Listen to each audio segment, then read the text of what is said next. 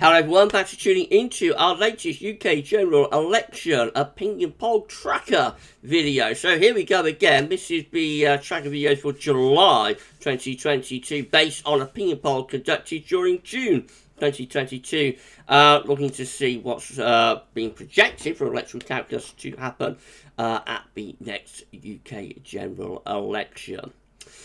Of course, events have kind of superseded these opinion polls. So these polls were conducted during June 2022 on the basis that Boris Johnson would be Prime Minister, leading the Conservatives into that election.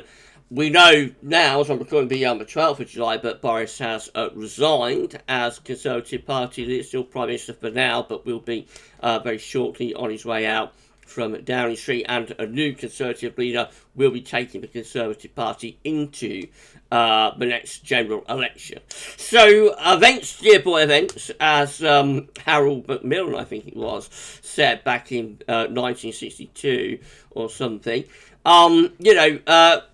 this kind of being superseded by events. But anyway, we'll have a look at the projection. It'll be interesting to see what the projection was in June, on those opinion polls. And I'll get on that for you in a moment. We'll also have a look at some polling in terms of Conservative members for the election for the new leader. So that'll be coming up later on in videos as well. It should be an interesting watch, I think. Please like, share, subscribe with this. Thank you so much everybody for doing that. I hope you're enjoying the content here on the channel. We vlog about opinion polls, about politics. We vlog about mouth cancer as well, and other topics that interest me. So please give us a like on videos. Thank you so much. Make sure you sub to the channel as well. Okay, so have a look at the latest projection from Electoral Calculus, then, shall we, for July 2022, based on the opinion poll conducted during June 2022. Here we go. 3, 2, 1. And there it is. Labour short of a majority by 16. Based on the latest projection. So, hung Parliament, Labour, biggest party, but short of a majority by 60, which is a very, very slight improvement, actually, in the Conservative position, because the last projection that we did last month actually had Labour short 11 of a majority. So it was a very, very, very tiny swing to the Conservatives that took place there during June compared to May. Right, but hardly anything here. Right, so let's turn off the webcam and we'll have a look at the data then. So, well, you know what this is showing. Now, I've done a lot of these videos. So, this is our party contest here, Conservative Labour, for example, 2019 votes, 2019 seats, and then the predicted votes for either the Conservatives, Labour, etc., and then the margin of error from the low end right way through to the high end, and that's the central projection just there. So let's go through it again then. Back in 2019, the Conservatives got 45% of the vote, actually 44.7, round that up, 25% of the vote. That's the biggest Conservative vote share since 1970, giving them a general election, giving them 365 seats. Labour on 33% of votes, so not that catastrophically low in terms of vote share for Labour in 2019. There's a lot lower in vote share in 1983, but in terms of seats, their worst result actually since 1935, their worst result of general election since the 1935 general election, giving them just 203 seats. Dreadful, catastrophic result. Liberal Democrats on 11% of vote, well, 12% rounded up, only 11 seats though.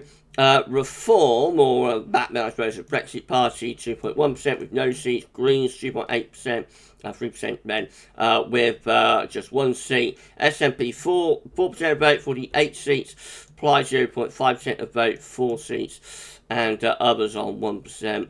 With no seats, and then got our Irish Party down here. Remember, Sinn Féin do not take their seats in the UK Parliament. So the latest projection, based on the opinion poll conducted during June 2022, gave the Conservatives 33.3% of the votes, with a central projection of 247 seats. At the low end with that, there's a margin of error, of course. They could be down to 129, which would be an absolutely terrible result, much worse than they did even in 1997. And on the high end, though, they could still just about scrape a majority and get to 357, or they could get majority, get 357. Labour doing much better on the projection, 38.7% of the vote, just a little way short of 40% though, but they're very close to last month. So I think it was a slight, Labour's position slightly wobbled a little bit during June compared to May. That gives them 310 seats on the central projection. So 16 short of a 326 needed to have an overall majority. At the low end, they could still be down at 210, which would be barely any improvement from like what happened in 2019. At the high end, though, they could get a landslide and go up to 433 seats. Liberal Democrats on 17 seats with 11.8% of the vote, so barely improving their vote share compared to the 2019 general election, but their seats do improve a bit. On the high end, they could be up to 39. On the low end, they could be down to 9. No seats for Reform. Greens on one seat, they keep their one seat, don't get any better than that, but don't get any worse than that. SNP, they could go up to 51 seats on the central projection. Below end, they could go down to 30, but on the high end, they could win 55 out of 55, all of the seats in Scotland. Plaid on 5 seats, that's a slight improvement from 2019 when they was on 3. At the high end, they could go down, no, that's a slight improvement, 2019 when it was on 4. At the low end, they could go down to 3, and at the high end, they could go up to 7. And then, of course, we've got our Northern Irish parties just here. So, yeah, not all that much change on the previous month. Ever such a slight improvement in terms of the overall seat number for the Conservatives. Ever so slight weakening of the Labour position, but hardly anything in it.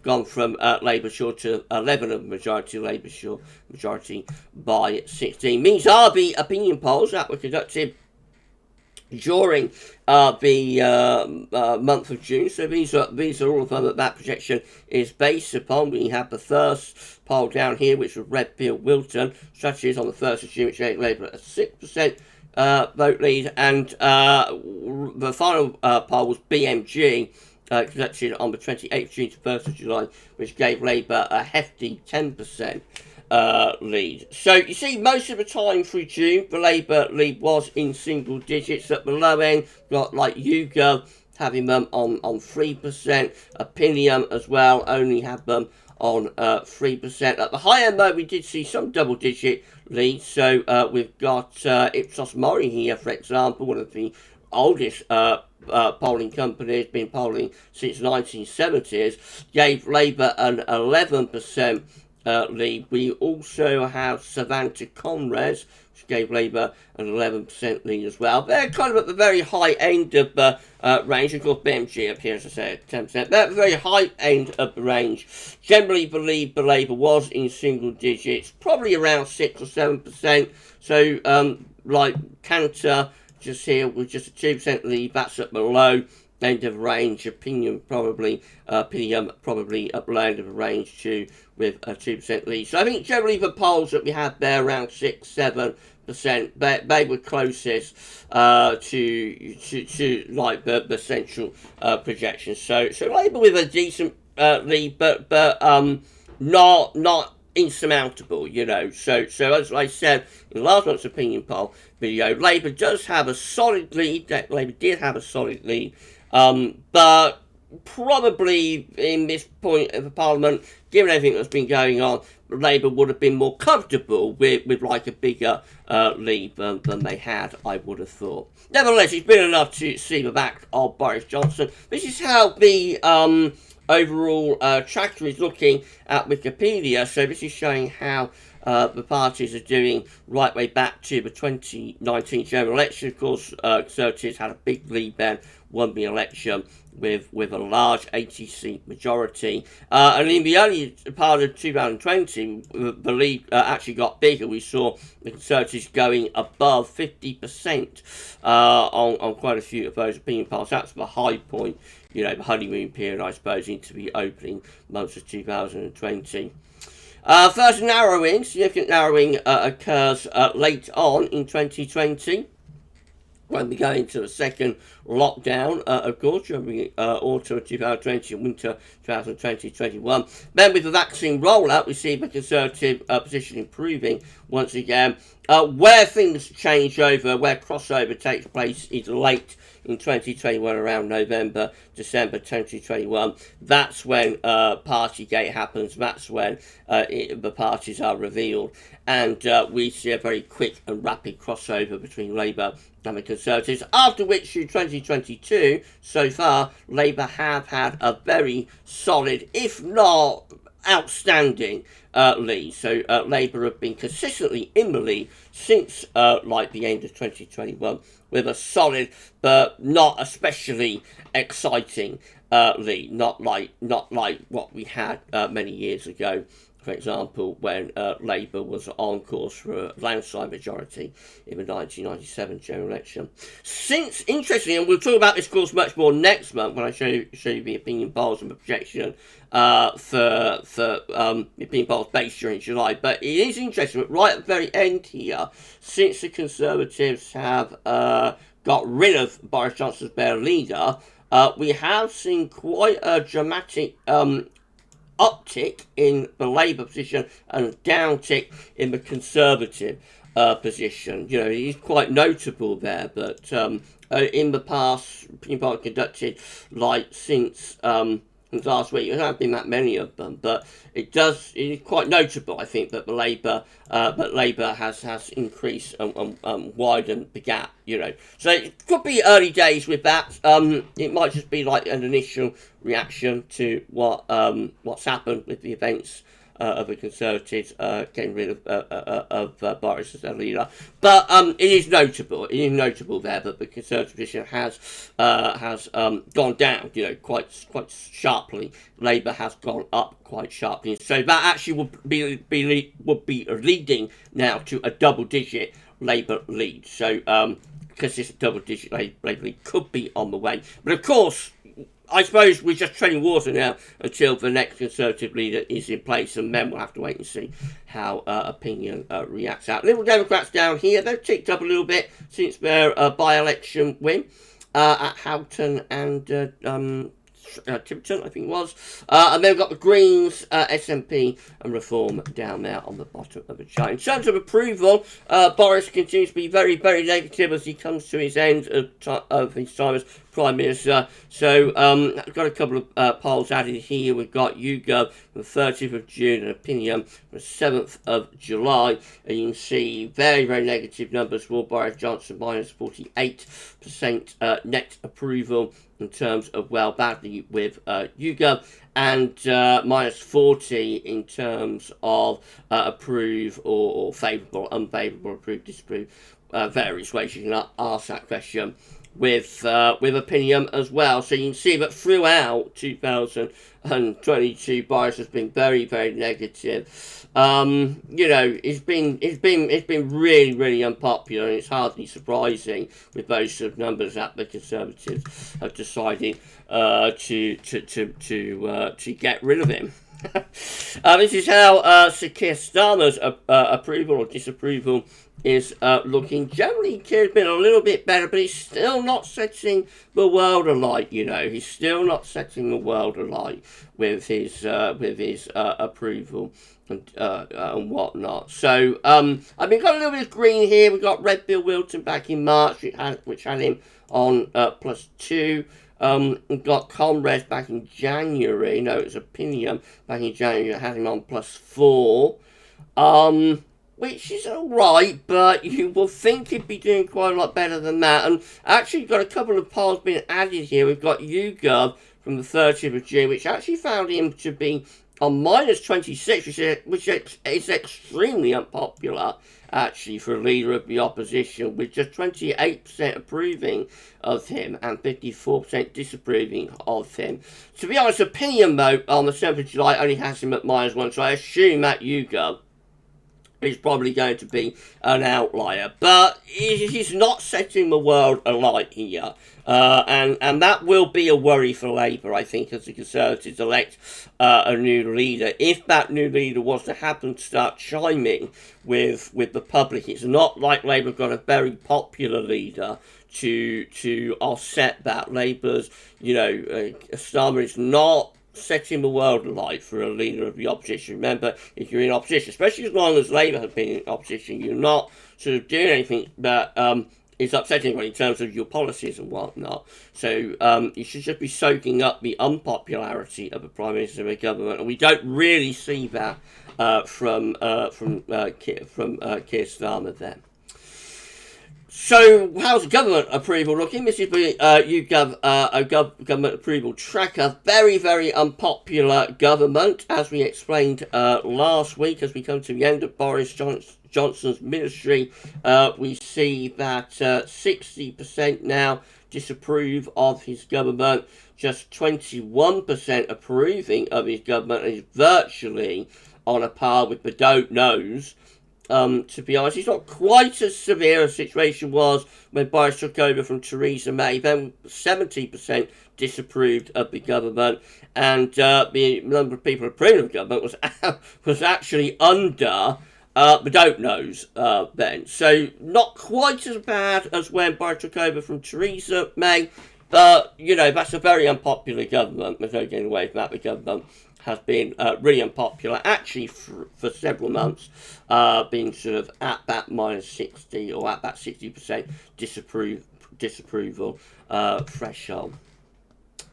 So we wait and see what happens. I assume the government will stay very unpopular now until Boris Johnson sees out his days, and then we'll see if there's any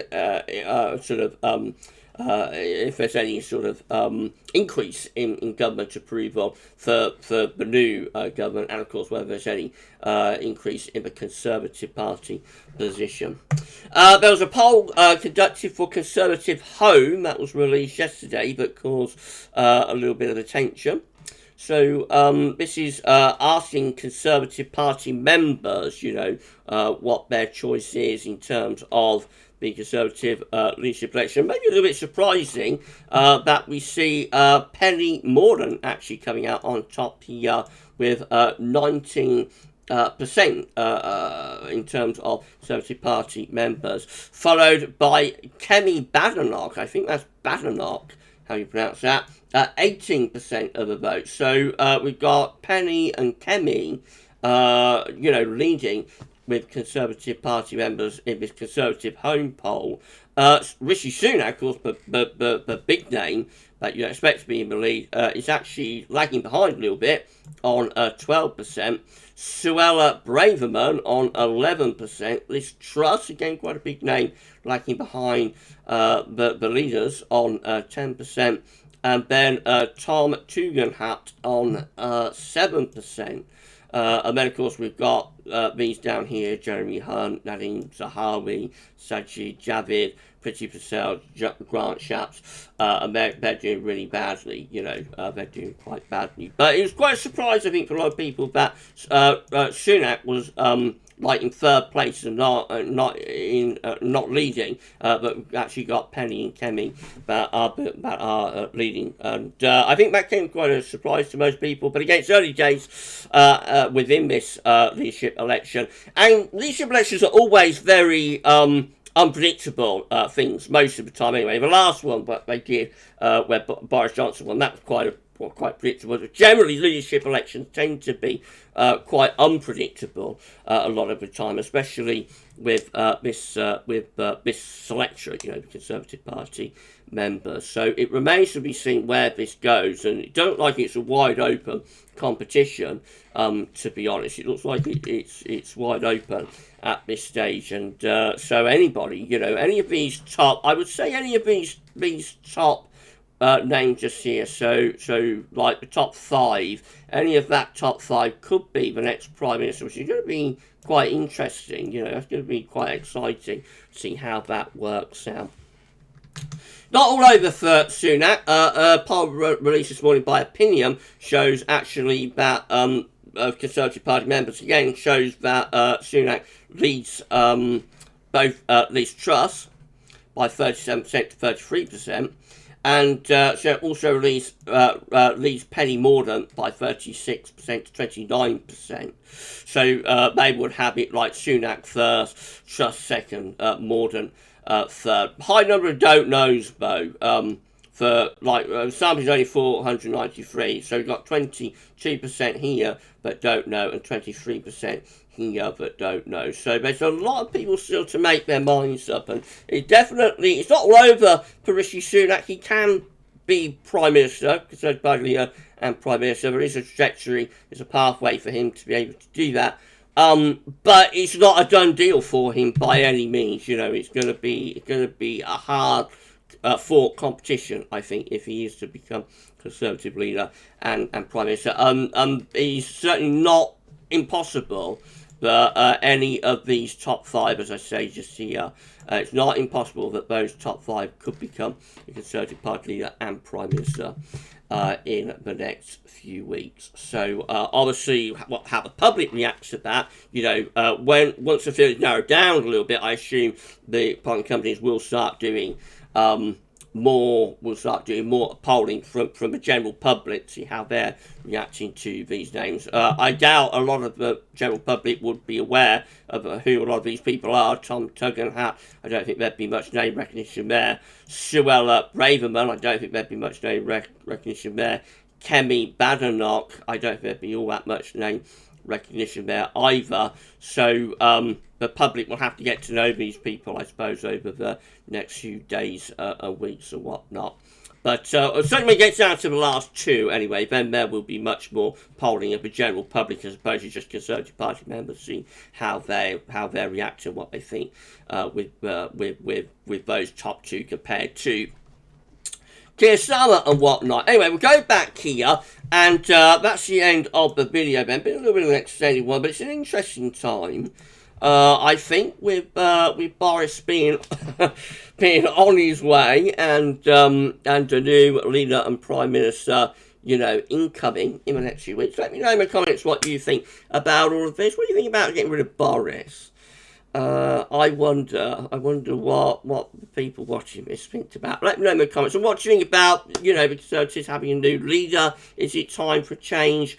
And how will this impact the general election whenever it comes? General election can happen no later than the 24th of January 2025.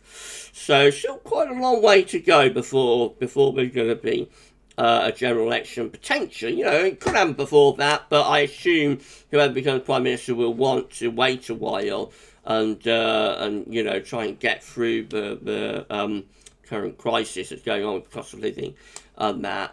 So I would assume like 2024 will probably be the general election year. I doubt we'll be heading off to the polls in January, although of course had a December election in 2019, so who knows, maybe we'll have a January election. That'll be the first one since 1910, I think, that we had a general election in January. So we'll wait and see anyway, but let me know in the comments what you think. How will this impact you know, opinion polling and the general election?